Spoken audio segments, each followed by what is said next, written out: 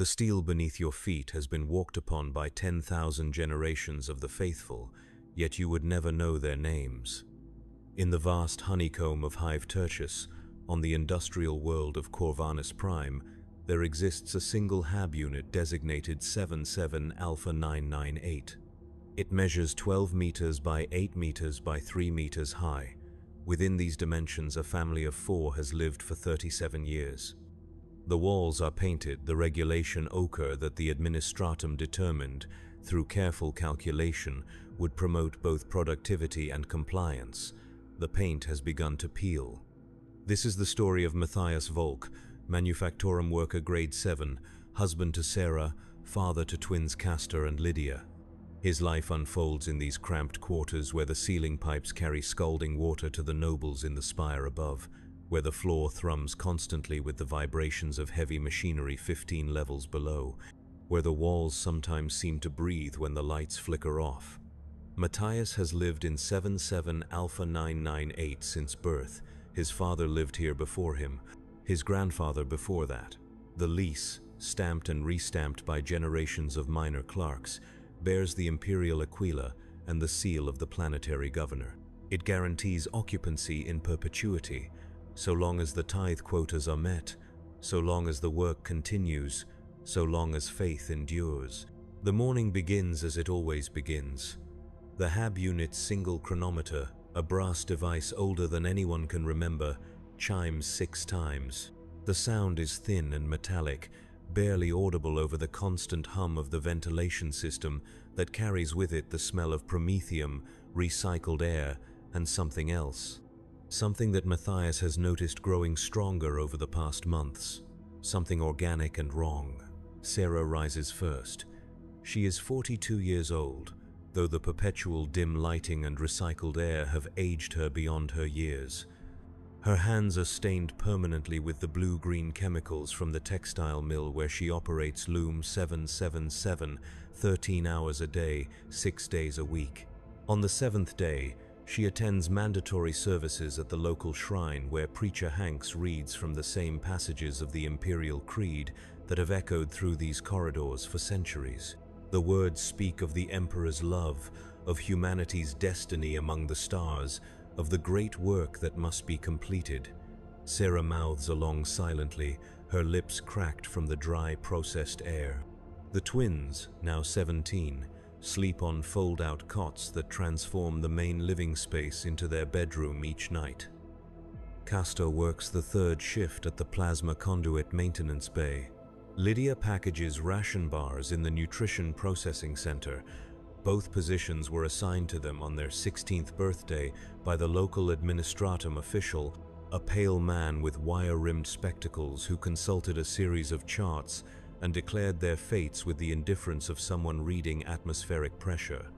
Neither child has ever left sub-level gamma. Neither has seen natural sunlight. Neither knows that such a thing exists. Matthias dresses in the regulation gray jumpsuit that marks him as a manufactorum worker. The fabric is rough against his skin, designed more for durability than comfort. Comfort is not a concept that factors into imperial manufacturing doctrine. Efficiency is paramount, compliance is essential.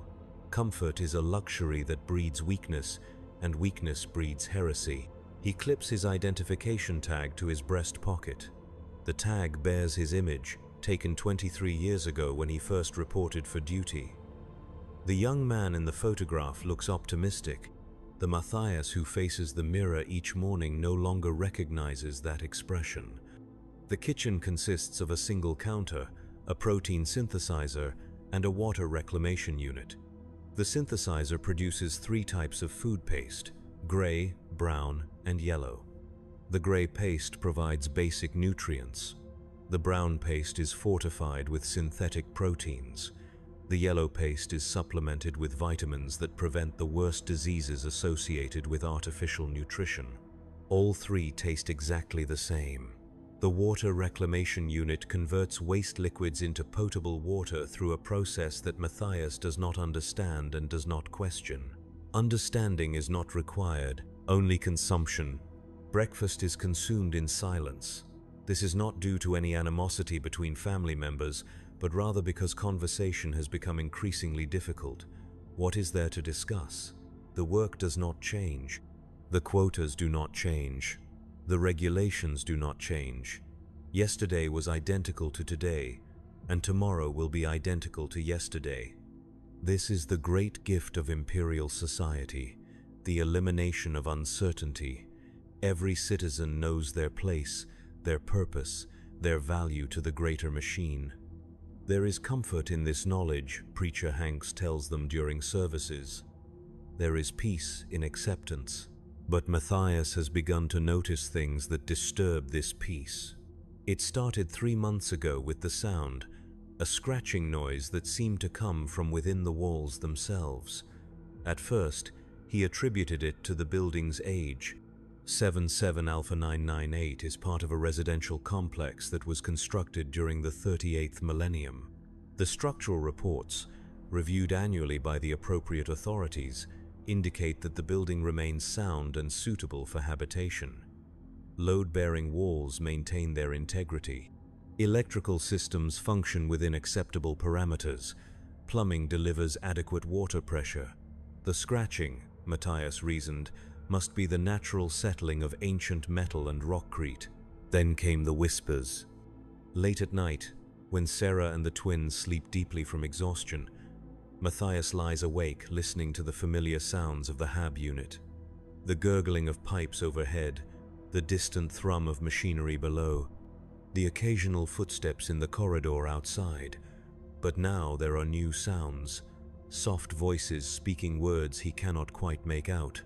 They seem to originate from behind the wall that separates the living area from HAB Unit 77 Alpha 997, where the Korvac family has lived for 19 years. But the timing is wrong. The Korvacs work the second shift and should be sleeping during the hours when Matthias hears the whispers. He has considered reporting this to the local administratum office. Form 777 Delta allows residents to file complaints regarding noise disturbances. The process is straightforward. Complete the form in triplicate, submit it to the appropriate clerk, wait for investigation and resolution. But something holds him back. Perhaps it is the knowledge that investigation often leads to relocation, and relocation means separation from the only home his family has ever known. Perhaps it is the fear that the investigators might find something worse than noise violations. Perhaps it is simply the imperial citizens' instinctive understanding that some things are better left uninvestigated. The wall in question is painted the same regulation ochre as all the others. It bears the same minor scuffs and stains that accumulate over decades of habitation. There is nothing visually distinctive about it, except for a small crack near the ceiling that Matthias does not remember being there before. The crack is perhaps 15 centimeters long and barely visible unless one knows where to look. When Matthias positions his ear near the crack, the whispers become slightly clearer, though the words remain incomprehensible. Work provides a temporary escape from these concerns. The manufactorum where Matthias labors occupies 7 sublevels beneath the residential complex. The journey requires a 20-minute descent through a series of lift platforms and connecting tunnels. The tunnels are lined with service pipes, electrical conduits, and ventilation shafts that disappear into darkness. Occasionally, maintenance crews can be seen working in the deeper reaches, their headlamps creating brief pools of light in the perpetual gloom. Matthias has never spoken to these maintenance workers. Their schedules do not align with his, and conversation between different work classifications is discouraged without proper authorization. The manufactorum floor spans 2 kilometers in length and 1 kilometer in width. The ceiling rises 20 meters above the workstations, supported by massive steel beams that cast geometric shadows across the production line. The air is thick with the smell of heated metal, machine lubricants, and ozone from the plasma cutters. The noise is constant and overwhelming, the rhythmic pounding of hydraulic presses, the whine of cutting tools, the hiss of cooling systems. Workers communicate through hand signals and abbreviated shouts. Extended conversation is impossible. Matthias operates Assembly Station 47, where he installs guidance systems into artillery shells destined for the Imperial Guard. Each shell is identical to the last. Each requires the same sequence of operations performed in the same precise order. Insert the guidance module, align the connectors, apply the sealant, activate the diagnostic sequence. Pass the completed shell to the next station. The work requires concentration but not creativity. Creativity is discouraged. Deviation from established procedures results in immediate quality control review and potential disciplinary action. The shells Matthias works on will be fired from basilisk artillery platforms on distant worlds whose names he will never know. They will explode among enemies whose faces he will never see.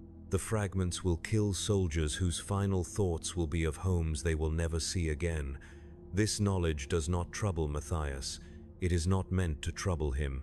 His role in the great chain of Imperial production is small but essential.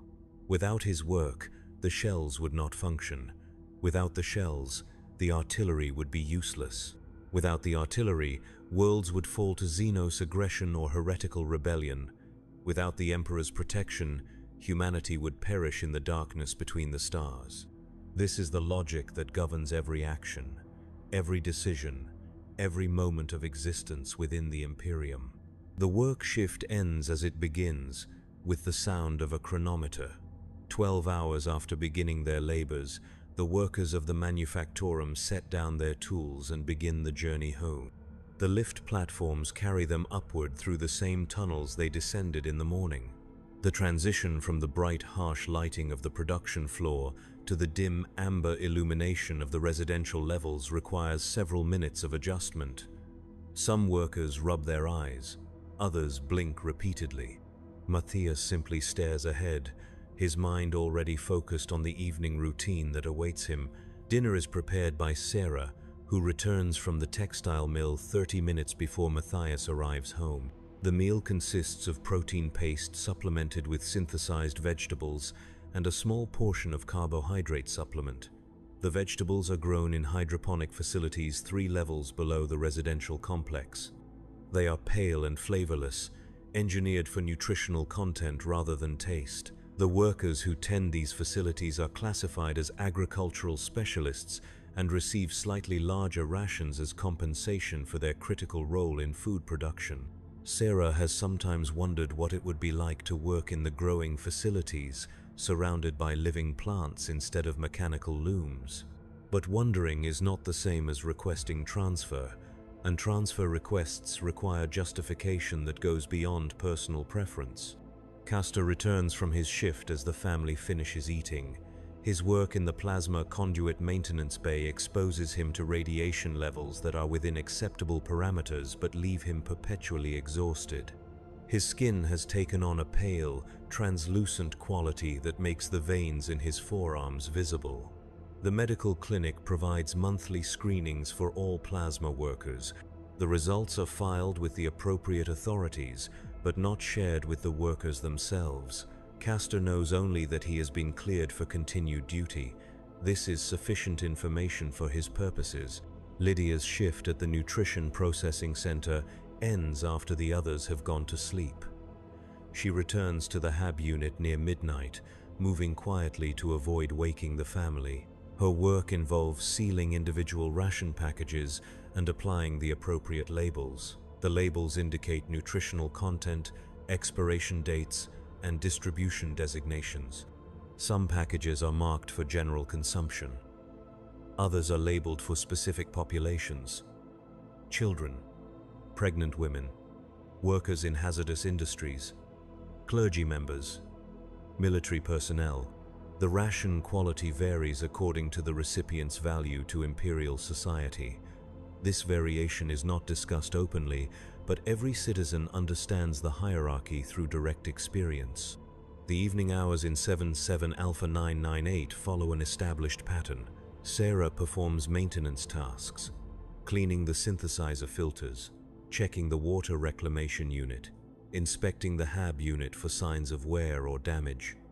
Matthias reviews work documentation, filling out production reports and quality control forms. The twins study technical manuals related to their respective positions, memorizing safety protocols and efficiency standards. Education in the traditional sense ended for all of them years ago, but continuous training is mandatory for all imperial citizens. Knowledge that does not serve the Emperor's purposes is knowledge wasted. But tonight, as Matthias attempts to focus on his documentation, the whispers return. They begin as they always begin, soft and indistinct, seeming to emerge from the very walls themselves. But tonight there is something different. Tonight the whispers seem to carry a note of urgency, almost pleading. Matthias sets aside his data slate and moves closer to the wall. Sarah, absorbed in her cleaning tasks, does not notice his movement.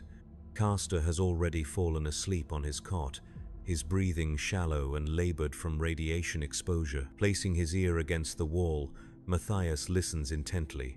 The whispers are definitely coming from behind the surface, but their source remains unclear. They could be originating from Hab Unit 77 Alpha 997, but the Korvac family consists of only 3 members: Hendrik, his wife Elena, and their daughter Mira. The voices Matthias hears seem to be more numerous, perhaps 6 or 7 distinct speakers. Their words overlap and interweave in patterns that make individual phrases difficult to distinguish. The crack in the wall has grown. Where it was once 15 centimeters long, it now extends nearly 30 centimeters toward the floor. The edges of the crack are not the clean breaks one would expect from structural settling. Instead, they appear almost organic, curved and irregular like the branches of a diseased tree. When Matthias runs his finger along the crack, the surface feels warm to the touch. This should not be possible. The interior walls are not connected to any heating systems, and the ambient temperature of the Hab unit remains constant at 18 degrees Celsius. Over the following weeks, Matthias begins to observe other changes in 77 Alpha 998. The protein synthesizer occasionally produces batches of paste that smell faintly of decay. The water from the reclamation unit sometimes carries a metallic taste that lingers for hours. The chronometer, which has maintained perfect accuracy for decades, begins to run slow, losing several minutes each day. Most disturbing of all, Sarah and the twins seem not to notice these anomalies. When Matthias mentions the strange smells or unusual tastes, they look at him with confusion and mild concern. The work continues, as it always continues. The Manufactorum operates according to schedules established by the Administratum and enforced by shift supervisors, who themselves answer to production coordinators who report to sector chiefs who serve at the pleasure of the planetary governor. The chain of command extends upward through layers of bureaucracy until it reaches the highest levels of imperial authority. At each level, decisions are made based on data provided by the level below. Information flows upward, filtered and processed and condensed into reports that bear little resemblance to the reality experienced by individual workers. Assembly Station 47 continues to produce guidance systems for artillery shells. The quota remains constant, 47 units per shift. The quality standards remain unchanged, 0 tolerance for defects or deviations. The work rhythm remains steady: insert, align, seal, test, pass. But Matthias finds his concentration wavering. His thoughts return repeatedly to the whispers, to the growing crack, to the changes in his home that no one else seems to perceive. The shift supervisor, a thin woman named Velka who has held her position for 8 years, notices Matthias's distraction during the 3rd week. She approaches his station during a scheduled inspection, her data slate ready to record any observations or violations. "Worker Volk," she says, her voice barely audible over the machinery noise. "Your completion rate has dropped by 7% over the past 10 days. Matthias continues working as he responds. Stopping to face a supervisor during inspection is considered disrespectful and can result in disciplinary action. "I was not aware of the decline, Supervisor Velka. I will increase my focus to correct the deficiency." Production standards exist for the benefit of the Emperor and the citizens he protects. Velka continues. When one worker fails to meet quota, all workers must compensate for the shortfall. This creates inefficiency and reduces overall output. I understand, Supervisor. The deficiency will be corrected. Velka makes notes on her data slate. These notes will become part of Matthias's permanent work record, accessible to any future supervisor or administrator who needs to evaluate his performance. 3 negative evaluations within a 6-month period result in mandatory re-education. 5 negative evaluations result in job reassignment.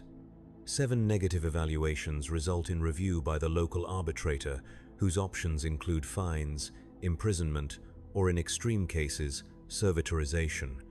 The knowledge of this system does not inspire fear in Imperial citizens. Fear would suggest doubt about the wisdom of Imperial justice. Instead, it inspires careful attention to duty and regulation compliance. Matthias has received only 2 negative evaluations during his 23 years of service, both for minor infractions related to documentation errors. His work record is considered exemplary by Manufactorum standards. This recent decline in performance represents an anomaly that requires correction. But correction proves difficult when one's attention is constantly drawn to mysteries that should not exist. The whispers have begun to occur during daylight hours. What once was a nighttime phenomenon now intrudes into the normal routine of home life. Matthias hears them while eating breakfast, while preparing for work, while attempting to complete his evening documentation. The voices seem to be calling to him specifically, though the words remain incomprehensible. Sometimes he catches fragments that sound almost like his name, drawn out and distorted as if spoken through water or thick glass. Sarah has begun to express concern about his behavior. During their brief evening conversations, she mentions his tendency to stare at walls, his distraction during meals, his habit of pressing his ear to surfaces as if listening for something. Her concern is genuine but limited. Imperial citizens are not trained in psychological analysis or mental health assessment. Such training is reserved for medical specialists and clergy members who serve specific functions within the imperial hierarchy. Sarah knows only that her husband's behavior has changed, and change without apparent cause is always troubling. "Perhaps you should speak with Preacher Hanks," she suggests one evening as they prepare for sleep. He has experience counseling workers who suffer from spiritual difficulties. The suggestion is reasonable. Preacher Hanks has served the local shrine for 12 years and has guided many citizens through periods of doubt or confusion. His approach combines scriptural wisdom with practical advice, helping troubled souls reconcile their personal struggles with their imperial duties. But Matthias is reluctant to involve religious authority in what may be a purely practical matter. Preacher Hanks is required by regulation to report certain types of problems to higher authorities. Spiritual corruption, heretical thoughts, signs of mutation or psychic manifestation all fall under his mandatory reporting requirements. "I will consider your suggestion," Matthias tells Sarah, "but I believe the difficulty will resolve itself with time." This is not entirely truthful. Matthias does not believe the difficulty will resolve itself. If anything, he suspects it will continue to intensify. The crack in the wall grows longer each day. The whispers become more frequent and more urgent. The changes in his home environment become more pronounced. But admitting these concerns to Sarah would only spread the disturbance to another family member, and Matthias is not certain that would be wise. The solution, he decides, is investigation. The decision to investigate does not come easily. Imperial citizens are trained from birth to report unusual phenomena to appropriate authorities rather than attempting independent analysis. The chain of reporting is clearly defined. Citizens report to local administrators, administrators report to sector coordinators, coordinators report to planetary officials, officials report to subsector commands, commands report to imperial governors. At each level, specialized expertise is applied to determine appropriate responses. This system has functioned effectively for 10,000 years, maintaining stability across millions of worlds and trillions of citizens.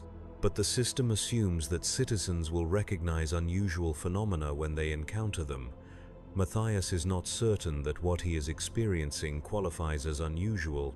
The whispers could be explained by acoustic effects in the building's aging structure. The growing crack could result from normal settling or thermal expansion. The changes in taste and smell could be attributed to minor equipment malfunctions or his own heightened sensitivity due to stress.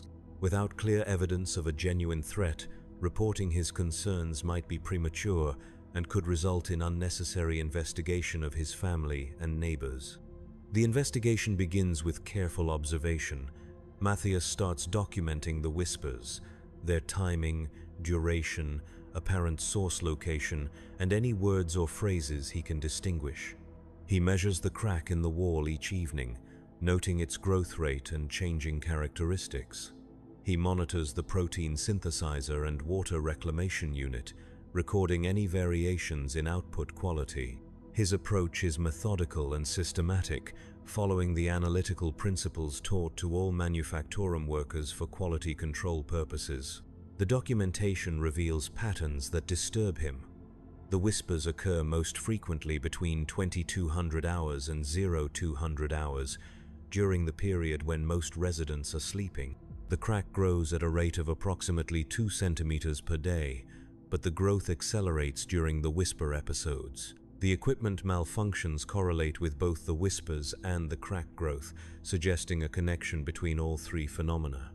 Most troubling of all, Matthias discovers that he can sometimes understand individual words within the whispers.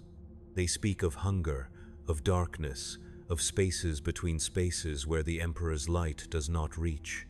They mention names that sound almost familiar but which he cannot quite place. They describe places that seem to exist within the walls themselves, vast caverns and twisted corridors that extend far beyond the physical boundaries of the residential complex. This is when Matthias realizes that his situation may require more than individual investigation. The local administratum office occupies the third sub-level of the government complex, 12 levels above the residential areas but still far below the spire where the highest planetary officials conduct their business. The office serves citizens from 7 residential sectors, processing their documentation needs, complaint reports, and administrative requests. The waiting area contains 40 seats arranged in neat rows, facing a service counter manned by 3 clerks. The seats are occupied by citizens holding various forms and documents, each waiting for their number to be called. Matthias holds complaint form 777 Delta, completed in triplicate as required by regulations. The form allows him to report noise disturbances, structural anomalies, equipment malfunctions, or other habitability issues within his assigned HAB unit. He has filled out the form carefully, describing the whispers as unusual acoustic phenomena, the crack as a minor structural irregularity, and the equipment problems as intermittent performance variations. The language is deliberately neutral and technical, avoiding any suggestions of supernatural or heretical causes. When his number is called, Matthias approaches the service counter where Clerk Valdris, a middle-aged man with thinning hair and ink-stained fingers, reviews his documentation. HAB Unit 77 Alpha 998. Clerk Valdris reads aloud. Acoustic phenomena, structural irregularity, equipment variations. How long have these issues been ongoing? Approximately 6 weeks for the acoustic phenomena, 4 weeks for the structural issue, 3 weeks for the equipment problems. Clerk Valdris makes notes on his data slate. Have you consulted with your neighbors regarding similar experiences? This is a standard question, designed to determine whether reported problems affect multiple units or represent isolated incidents. Matthias has not consulted with his neighbors. The Korvac family in 77 Alpha 997 work different shifts, and he rarely encounters them in the corridors. The Brennis family in 77 Alpha 999 consists of an elderly couple who keep to themselves and communicate primarily through written notes left outside their HAB unit. I have not consulted with neighbors, Matthias replies. Investigation protocol requires neighbor consultation before administrative review. Clerk Valdris explains. Please complete verification form 222 Alpha with statements from adjacent residents, then return for processing. The additional form requires Matthias to obtain written statements from residents of HAB Units 77 Alpha 997 and 77 Alpha 999, confirming whether they have experienced similar problems. The statements must be signed and dated, with official identification numbers included for verification purposes. Only then can the administratum proceed with formal investigation of his complaint. This requirement presents complications that Matthias did not anticipate. Approaching neighbors about potentially sensitive matters requires careful consideration of privacy regulations and social protocols. Citizens are expected to maintain appropriate boundaries with their neighbors while still cooperating in matters of mutual concern. The balance between these expectations is delicate, and miscalculation can result in social difficulties or administrative complications. The decision to approach the Korvac family proves problematic from the outset. Matthias knocks on the door of 77 Alpha 997 during the evening hours when he believes they should be home from their second shift assignments. The knock is answered not by Hendrik or Elena Korvac, but by a young woman he does not recognize. She appears to be in her 20s, with pale skin and dark hair pulled back in a simple braid. Her clothing is standard civilian issue, but something about her manner suggests she is not a regular resident of the complex. "Yes?" she asks, opening the door only wide enough to reveal her face. "I am Matthias Volk from 77 Alpha 998. I am seeking to speak with the Korvac family regarding an administrative matter." The young woman's expression does not change, but she glances briefly over her shoulder before responding. "The Korvacs are not available at this time. Perhaps you could return at a more convenient hour." This response is unusual. Citizens working second shift should be available during evening hours, and administrative matters typically receive priority attention regardless of convenience. Matthias considers pressing for more specific information about when the Korvacs might be available, but something in the young woman's manner discourages further inquiry. "May I ask when would be a more convenient time?" he asks instead. "I will inform them of your visit," she replies. "They will contact you if they wish to discuss the matter." The door closes before Matthias can respond. He stands in the corridor for several moments, considering the implications of this encounter. The young woman could be a visiting relative or friend, though such visits typically require advance registration with building management. She could be a temporary resident assigned to the unit for official purposes, though such assignments are usually announced to neighboring units for security reasons. Or she could be someone who should not be in the building at all. The encounter with the Brennis family proves equally unsatisfactory, though for different reasons. When Matthias knocks on the door of 77 Alpha 999, he is greeted by Marcus Brennis, an elderly man whose work history includes 25 years in the atmospheric processing plant before his current assignment to document filing duties. Marcus listens politely to Matthias's explanation of the administrative requirement, but his response reveals complications. "Unusual sounds, you say?" Marcus asks, his voice carrying a note of concern. "Elena and I have noticed some irregularities in our own unit, primarily related to temperature fluctuations and occasional electrical anomalies." This information is both helpful and troubling. Helpful because it suggests that Matthias's experiences may not be isolated to his own HAB unit. Troubling because it implies a broader problem that could affect the entire residential complex. Marcus agrees to provide a written statement for the verification form, but his willingness to cooperate comes with an unexpected request. "Perhaps we should coordinate our efforts," Marcus suggests. "If multiple units are experiencing problems, a joint complaint might receive more serious attention from the administratum." The suggestion is reasonable from an efficiency standpoint, but it represents a significant expansion of what Matthias originally intended as a simple individual complaint.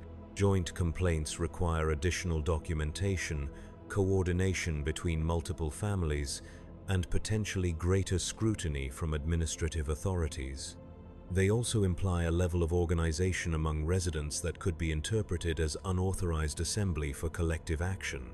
Imperial regulations regarding collective action are complex and situation-dependent. Citizens have the right to band together for legitimate purposes such as work assignments, religious observance, and community maintenance. But they also have the obligation to avoid unauthorized organization that could challenge established authority or create alternative power structures. The distinction between legitimate cooperation and unauthorized assembly is not always clear, and citizens are expected to exercise judgment in determining appropriate levels of coordination. After careful consideration, Matthias agrees to Marcus's suggestion. The potential benefits of a coordinated approach outweigh the risks, particularly if the problems affecting his HAB unit are indeed part of a larger pattern. Marcus's experience with administrative procedures, gained through his document filing work, could prove valuable in navigating the complaint process. His willingness to cooperate also suggests that the problems are significant enough to warrant formal attention. The joint complaint requires 3 days to prepare properly. Marcus and Matthias meet each evening after their work shifts to compare their observations and compile their documentation. The meetings take place in the corridor outside their respective HAB units, as regulations discourage extended visits between families without proper authorization. Their conversations are conducted in low voices to avoid disturbing other residents, though Matthias notices that the corridor seems unusually empty during their meeting times. The documentation that emerges from their collaboration reveals a pattern more disturbing than either man initially suspected. Marcus's electrical anomalies correspond closely to the timing of Matthias's whispers. Both families have experienced equipment malfunctions that follow similar patterns. Most significantly, Marcus reports structural irregularities in his own HAB unit, a crack in the wall that separates his living area from 77 Alpha 998. The crack in Marcus's wall is approximately 45 centimeters long, extending from floor level toward the ceiling. Like the crack in Matthias's wall, it exhibits organic-looking curves rather than straight structural breaks. Marcus has measured its growth rate and discovered that it expands at approximately 2 centimeters per day, the same rate that Matthias has documented in his own unit. The correlation is too precise to be coincidental. But the most disturbing discovery comes when Marcus describes sounds that he has been hearing from within the wall. They are not whispers like those experienced by Matthias, but rather a rhythmic scratching noise accompanied by what sounds like breathing. The sounds occur during the same time periods as Matthias's whispers, suggesting that both phenomena originate from the same source located somewhere between the two HAB units. This raises troubling questions about the nature of the space between the walls. According to the building's architectural plans, available for review at the local administratum office, the walls of adjacent HAB units are separated by 15 centimeters of insulation material and structural support elements. This space is not designed to accommodate any form of activity or habitation. It exists purely for building integrity and environmental isolation between units. Yet the sounds reported by both men suggest the presence of something within this space. Something that moves, breathes, and possibly speaks. Something that should not exist according to any reasonable understanding of the building's design and function. The joint complaint, completed in the required quintuplicate format, represents the most thorough documentation either man has ever submitted to administrative authority. It includes detailed measurements, time logs, correlation analysis, and supporting statements from both families. The language remains carefully neutral and technical, avoiding any implications of supernatural or heretical causes. The request is simple: investigation by qualified authorities and appropriate remedial action to restore normal habitability conditions. Clerk Valdris reviews the joint complaint with visible interest. The thoroughness of the documentation clearly impresses him, and he asks several detailed questions about measurement methodology and observational procedures. His questions suggest professional curiosity rather than skepticism, and Matthias begins to hope that their complaint will receive serious attention. This type of coordinated documentation is exceptional, Clerk Valdris comments as he reviews the final pages. Most citizen complaints lack sufficient detail for proper evaluation. Your approach demonstrates admirable dedication to administrative efficiency. The praise is gratifying, but Matthias remains focused on practical outcomes. What is the expected timeline for investigation and resolution? Standard protocol requires initial assessment within 10 working days, Valdris explains. Depending on the findings, additional investigation may be required. Complex structural or environmental issues sometimes require specialist consultation, which can extend the process considerably. 10 working days represents 2 full work weeks, during which the problems in both HAB units will presumably continue to develop. The cracks will grow larger, the sounds will become more frequent, and whatever exists in the space between the walls will have additional time to establish itself more firmly. This timeline is not ideal, but it represents the best outcome available through official channels. As Matthias and Marcus leave the administratum office, both men understand that they have committed themselves to a process whose conclusion remains uncertain. Their joint complaint has been filed and accepted, but official investigation may reveal problems that require solutions beyond simple maintenance or repair. If the issues in their HAB units are connected to larger structural problems, they could face relocation to different residential areas. If the problems are attributed to equipment age or design flaws, they could face assessments for upgrade costs that exceed their financial resources. Most troubling of all, if the investigation reveals problems that cannot be explained through conventional means, they could face questioning about their own role in creating or discovering these problems. Imperial authorities are trained to consider all possibilities when evaluating unusual circumstances, including the possibility that citizens reporting problems may themselves be part of the problem. But these concerns must be balanced against the certainty that ignoring the growing problems will only make them worse. The whispers in Matthias's wall have become more frequent and more urgent. The cracks in both units continue to expand. The equipment malfunctions have begun to affect the quality of food and water that both families depend upon for survival. Whatever is happening in 77 Alpha 998 and 77 Alpha 999 cannot be allowed to continue indefinitely. The investigation, when it begins, reveals the true scope of the problem. Administrative investigator Teresa Vance arrives at the residential complex on the morning of the 8th working day after the complaint was filed. She is accompanied by Building Inspector Jonas Kreiber and Technical Specialist Lisa Morrison, indicating that the administratum has taken the joint complaint seriously enough to assign a full investigation team. The team carries specialized equipment for structural assessment, environmental analysis, and documentation of their findings.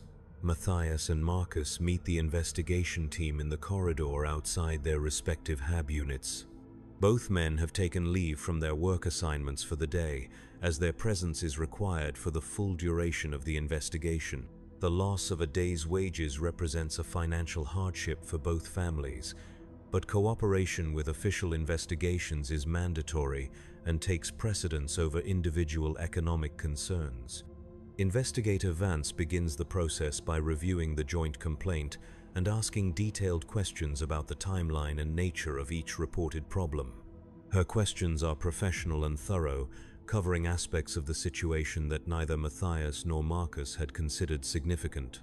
She asks about changes in sleep patterns, variations in appetite, any unusual dreams or thoughts that might correlate with the onset of problems. Her questions suggest experience with cases that extend beyond simple structural or equipment issues. The physical investigation begins with Inspector Kreiber's assessment of the cracks in both HAB units. Using precision measuring instruments, he confirms the dimensions and growth rates documented by the residents. But his examination reveals additional details that were not visible to untrained observation. The cracks do not follow the normal patterns associated with structural settling or thermal expansion. Instead, they appear to follow the path of least resistance through the wall material, creating curved channels that maximize surface area while minimizing structural damage. This is not typical crack propagation, Inspector Kreiber explains to the team. The pattern suggests external pressure applied from within the wall space, but the building specifications indicate no surfaces or structural elements that could generate such pressure. Technical specialist Morrison begins her environmental analysis with readings from instruments that Matthias does not recognize. She measures air composition, temperature gradients, electromagnetic fields, and acoustic signatures throughout both HAB units. Her equipment produces a series of soft beeping sounds and displays data on small screens that she studies with growing concentration. Atmospheric anomalies in both units, Morrison reports after completing her initial survey, elevated humidity levels inconsistent with building environmental controls, trace organic compounds of unknown origin, low-frequency acoustic emissions that do not correlate with any mechanical systems in the building. The investigation team exchanges glances that suggest these findings are not entirely unexpected. Investigator Vance makes detailed notes on her data slate while Inspector Kreiber photographs the cracks from multiple angles. Morrison continues her readings, moving methodically through both HAB units with her instruments. It is Morrison who discovers the most disturbing evidence. Using a fiber optic probe inserted into the crack in Matthias's wall, she is able to examine the interior space between the HAB units. What she sees there contradicts every assumption about the building's construction and occupancy. The space between the walls is not the narrow gap filled with insulation material shown on the architectural plans. Instead, it opens into a cavity that extends far beyond the building's documented dimensions. The interior space appears to be significantly larger than indicated by construction records.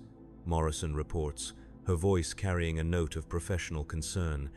I'm detecting air movement consistent with a much more extensive hollow area.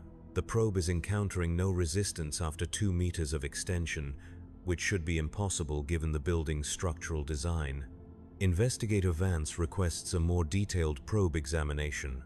Morrison inserts additional equipment into the crack, including a miniature camera that can transmit images back to her monitoring screen.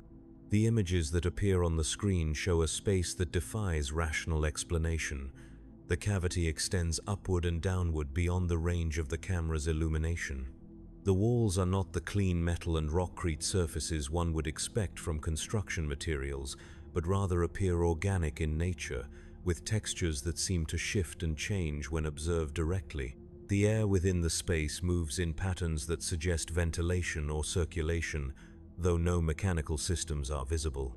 Most disturbing of all, the camera detects movement within the cavity, shadows that cross the field of view without apparent sources, shapes that seem almost recognizable before disappearing into the darkness.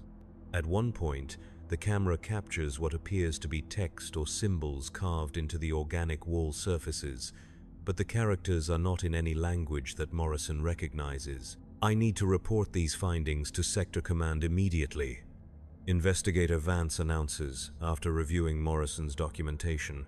This investigation exceeds the scope of standard habitability assessment. The implications of this statement are not lost on Matthias or Marcus. When administrative investigations exceed standard scope, they typically escalate to authorities with specialized expertise and enhanced legal powers. This could mean involvement by the ecclesiarchy if the problems are deemed to have spiritual implications. It could mean involvement by the Adeptus Mechanicus if the issues relate to technological heresy. It could even mean involvement by the Inquisition if the circumstances suggest corruption by Chaos or Xenos influence. While Investigator Vance communicates with her superiors via secured Vox link, Inspector Kreiber continues his structural assessment of both HAB units.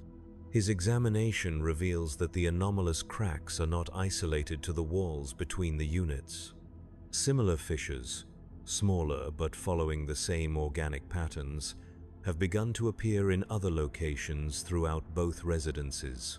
Floor-to-ceiling cracks near the entrance doors, ceiling-to-floor cracks along the exterior walls, horizontal cracks that follow the junction between walls and floors. The building, it appears, is developing a network of interconnected openings that correspond to no known structural phenomena. The cracks are not random damage from age or settling, but rather seem to follow a deliberate pattern that serves some unknown purpose. They are creating pathways through the solid structure of the building, connecting spaces that were never intended to be connected. Technical specialist Morrison's continued monitoring reveals that the environmental anomalies are spreading beyond the 2 HAB units under investigation. Her instruments detect similar atmospheric irregularities in adjacent residences, though the residents of those units have not reported problems to the administratum.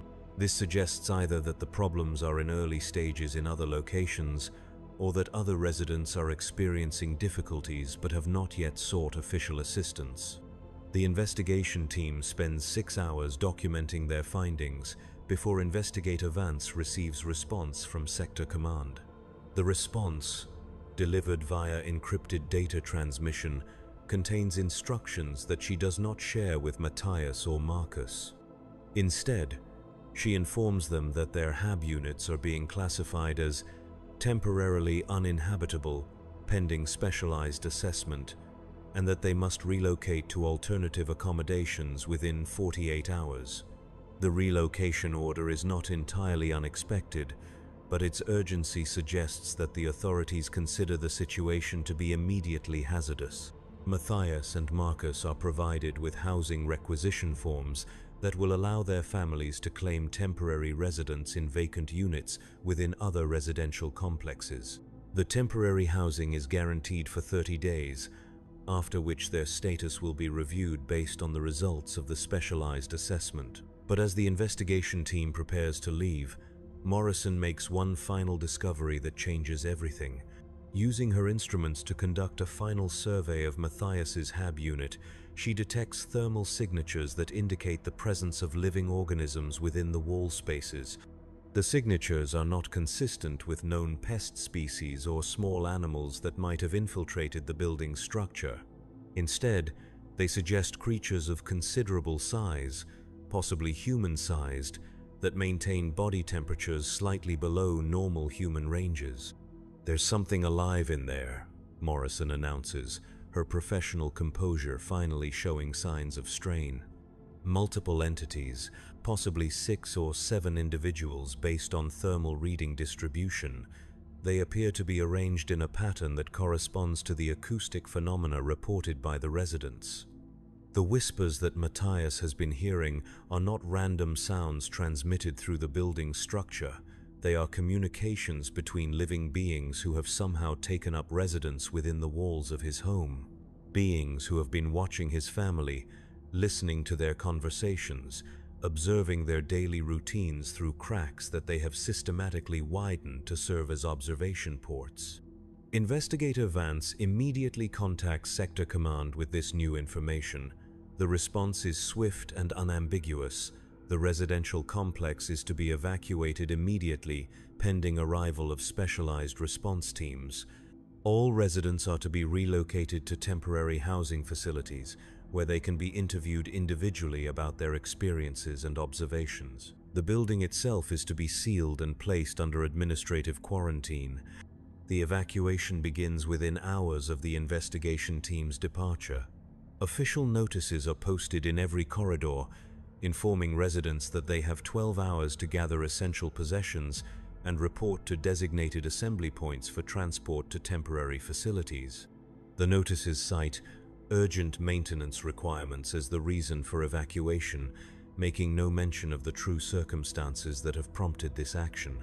Matthias packs his family's possessions with hands that shake despite his attempts to maintain composure. Sarah asks questions that he cannot answer without revealing information that he has been instructed not to discuss. The twins accept the situation with the adaptability of youth, treating the relocation as an unexpected adventure rather than a potential crisis.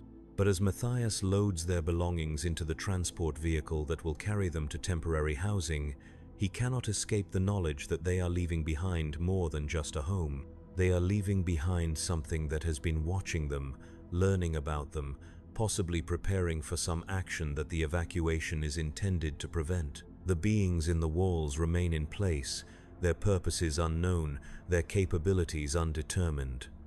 The temporary housing facility occupies a converted manufactorum complex in a different sector of the hive city. The accommodations are Spartan but adequate. Single rooms with basic amenities, communal dining facilities, shared recreation areas. The residents of 77 Alpha 998 and other evacuated HAB units are housed separately from the general population, suggesting that the authorities consider them to require special monitoring or protection. Individual interviews begin on the second day of relocation. Matthias is questioned by a team of officials whose identities and affiliations are not disclosed. They ask detailed questions about his experiences in the HAB unit, his observations of unusual phenomena, his interactions with neighbors and family members. The questions are thorough and systematic, covering aspects of his experience that he had not considered significant. Of particular interest to the interviewers are his descriptions of the whispers and his ability to understand individual words or phrases. They ask him to repeat everything he can remember hearing, to describe the voices in as much detail as possible, to speculate about the meaning or purpose of the communications. Their questions suggest knowledge of similar cases or theoretical frameworks for understanding such phenomena. But when Matthias asks about the results of the specialized assessment of his HAB unit, the officials provide only vague assurances that the situation is being handled by appropriate authorities. He is not told what the thermal signatures represented, whether the beings in the walls have been identified or removed, or when residents might be allowed to return to their homes. The information flows in one direction only, from the evacuated residents to the investigating authorities. Sarah and the twins undergo similar interviews, though their sessions are shorter due to their limited exposure to the anomalous phenomena. Sarah reports that she noticed nothing unusual in the HAB unit beyond her husband's increasingly strange behavior. The twins similarly report no direct experiences with whispers, cracks, or other irregularities. This pattern is consistent across most of the evacuated residents, suggesting that the phenomena were selectively manifesting to specific individuals rather than affecting the entire population uniformly. Marcus Brennis undergoes the most extensive questioning, as his documentation and observations provided crucial evidence for the joint complaint that initiated the investigation. His interview sessions continue for 3 days, during which he is asked to review architectural plans, examine photographs of similar cases from other residential complexes, and provide detailed analysis of his recorded measurements and observations. The depth of questioning suggests that his case may have broader implications beyond the immediate situation. The temporary housing facility operates under regulations that discourage extensive communication between residents about their previous experiences. Meals are served in shifts that separate families who lived in adjacent HAB units. Recreation activities are scheduled to minimize opportunities for coordinated discussion of the evacuation circumstances. These measures are presented as temporary administrative conveniences, but their effect is to prevent residents from sharing information or developing collective understanding of their situation. 3 weeks into the relocation, Matthias receives notification that his family has been approved for permanent rehousing in a different residential complex. The new assignment is located in sub-level Delta, 2 levels above their previous home but otherwise similar in size and amenities.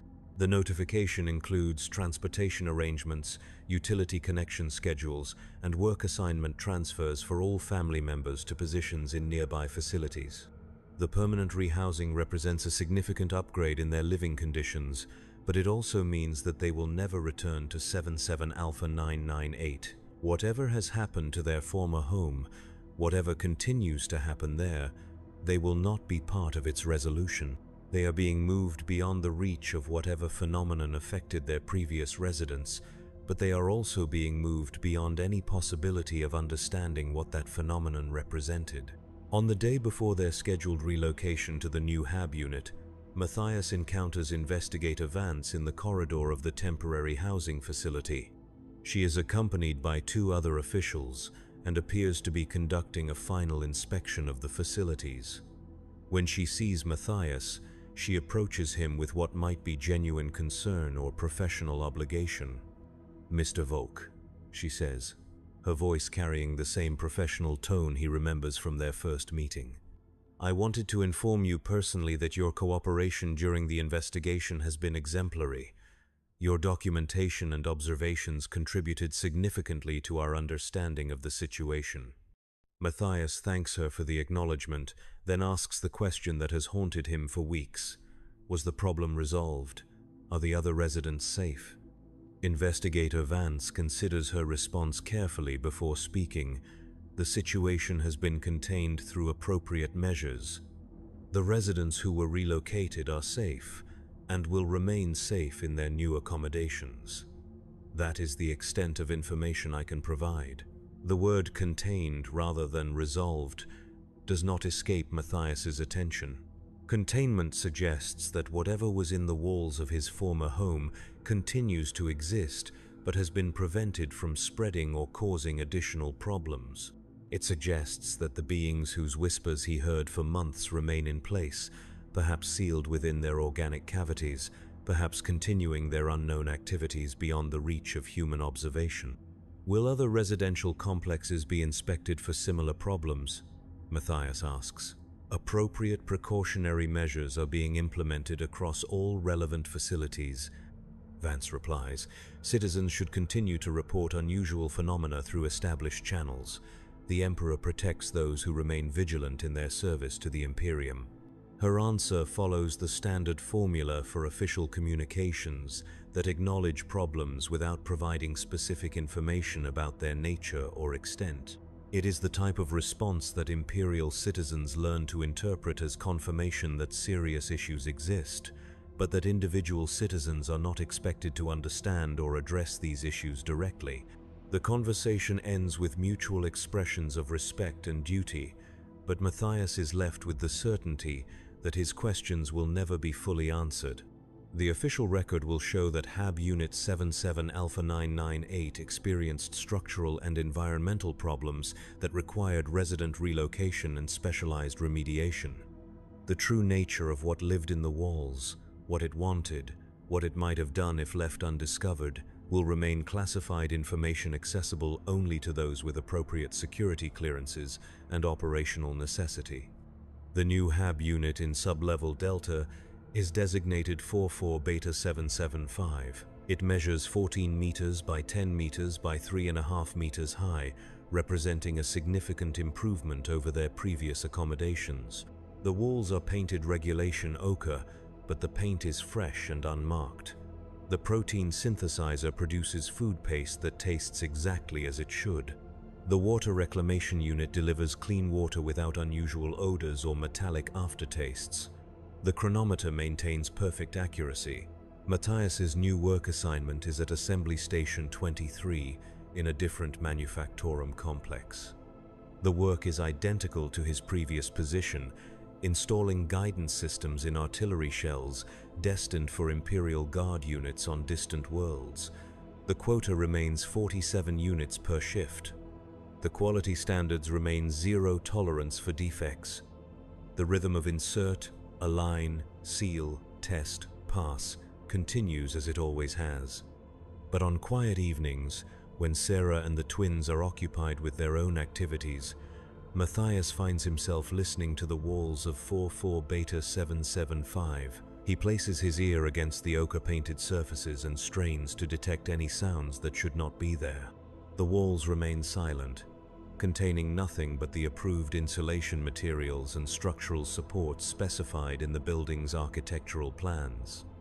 Yet sometimes, in the deep hours when even the building's mechanical systems seem to rest, Matthias thinks he can hear something moving in the spaces between spaces, not in his own walls, but somewhere else in the vast honeycomb of the hive city, somewhere in the darkness between residential levels, in the forgotten maintenance tunnels, in the sealed areas that no longer appear on any official map. The whispers may have been contained, but they have not been silenced. They continue in other locations, calling to other residents who lie awake in their regulation beds, wondering about the sounds that seem to come from within the walls themselves. Citizens who will, in time, begin to notice cracks growing larger each day, equipment producing strange tastes and odors, chronometers that begin to run slow. The great machine of imperial society continues its endless function, processing citizens through their assigned roles, maintaining the quotas and standards that sustain the emperor's realm. But within that machine, in the spaces that exist between official acknowledgement and citizen experience, other things continue to grow and whisper and wait. In 77 Alpha 998, the walls breathe steadily in the darkness, and something that was never human dreams of the day when every hab unit will echo with voices that speak of hunger and darkness, and the spaces between spaces where the Emperor's light has never reached. The evacuation notices have been removed. The building remains officially uninhabitable, but on certain nights, when the wind carries sounds from the sealed residential complex, citizens in distant sectors report hearing whispers that call their names, and cracks begin to appear in walls that have stood unmarked for decades. The average home in the Imperium shelters more than its inhabitants realize, and some shelters were never meant for human occupancy at all.